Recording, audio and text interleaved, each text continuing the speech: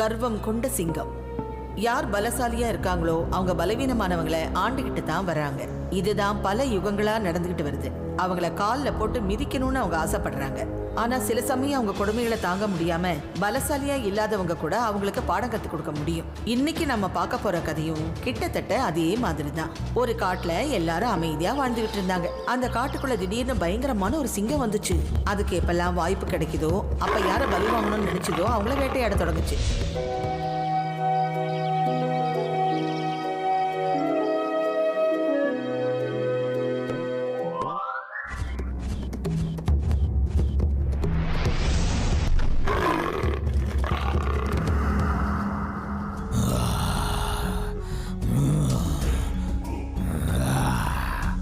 இன்னைக்கு உண்மையிலேயே ரொம்ப சந்தோஷமா இருந்தது. ரொம்ப நாளைக்கு அப்புறமா இன்னைக்கு தான் ரொம்ப ருசியான உணவை சாப்பிட்டிருக்கேன். இந்த காட்டுல உள்ள மிருகங்கள் எல்லாம் உண்மையிலேயே ரொம்ப ருசியா இருக்குங்க. என்ன ஆச்சு? இப்பதானே ஒரு மானை அடிச்சு சாப்பிட்ட, இன்னும் பசி அடங்கலையா? இப்படி பாக்குற? பசியா இருந்தா என்ன, இல்லன்னா என்ன? இந்த சிங்கத்தோட வேலையே வேட்டையாடுறது தானே. அப்புறம் உங்களோட வேலை என்னன்னா எனக்கு இரையாகிறது தான்.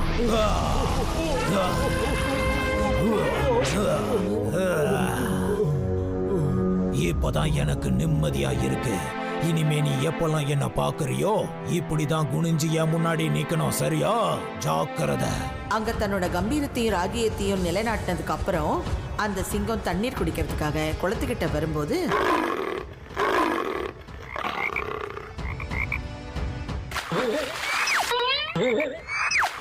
ஆமா, நீங்க என்ன பண்றீங்க? நான் என்ன பண்ணேன்னு சொல்லணுமா? இதோ இதத்தான் பண்ண. நான் இந்த காட்டுக்குள்ள எங்க வேணாலும் போவேன், எங்க வேணாலும் வருவேன். நான் தான் இந்த காட்டோட ராஜா. என் பொழுதுபோக்குக்காக உங்களை நான் என் கைய வச்சு இந்த மாதிரி அடிச்சேன்னா இதுல என்ன தப்பு இருக்கு சொல்லுங்க?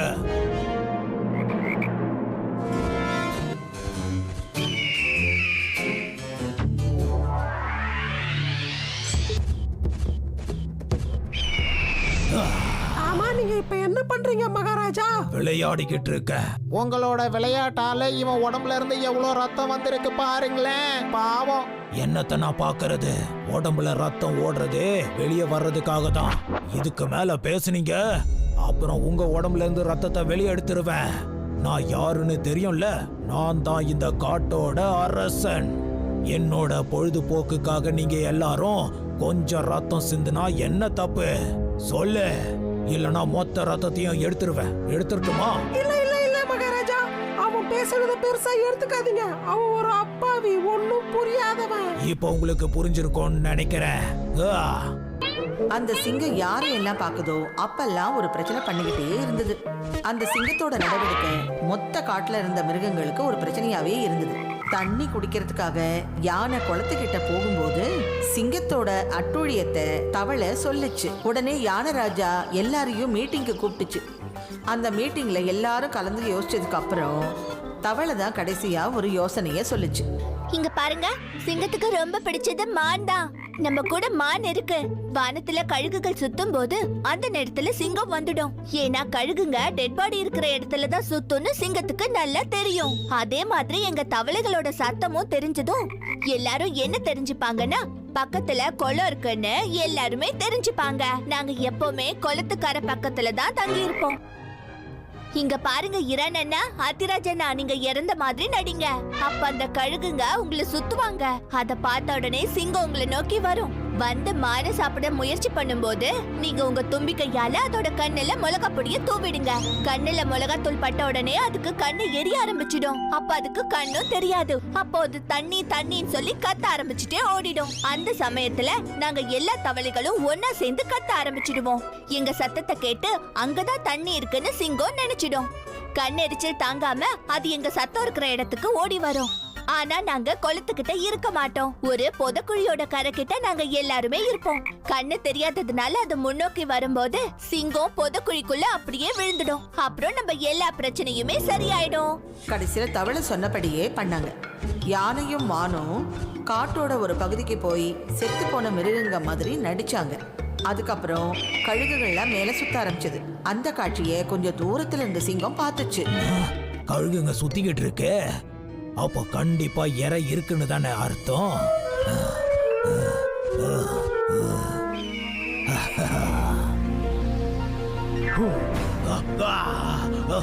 தண்ணி தண்ணி தண்ணி.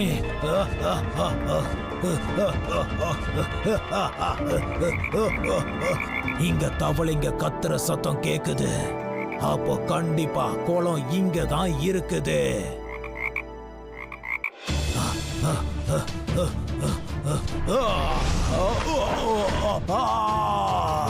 இது புதகுழியாச்சே.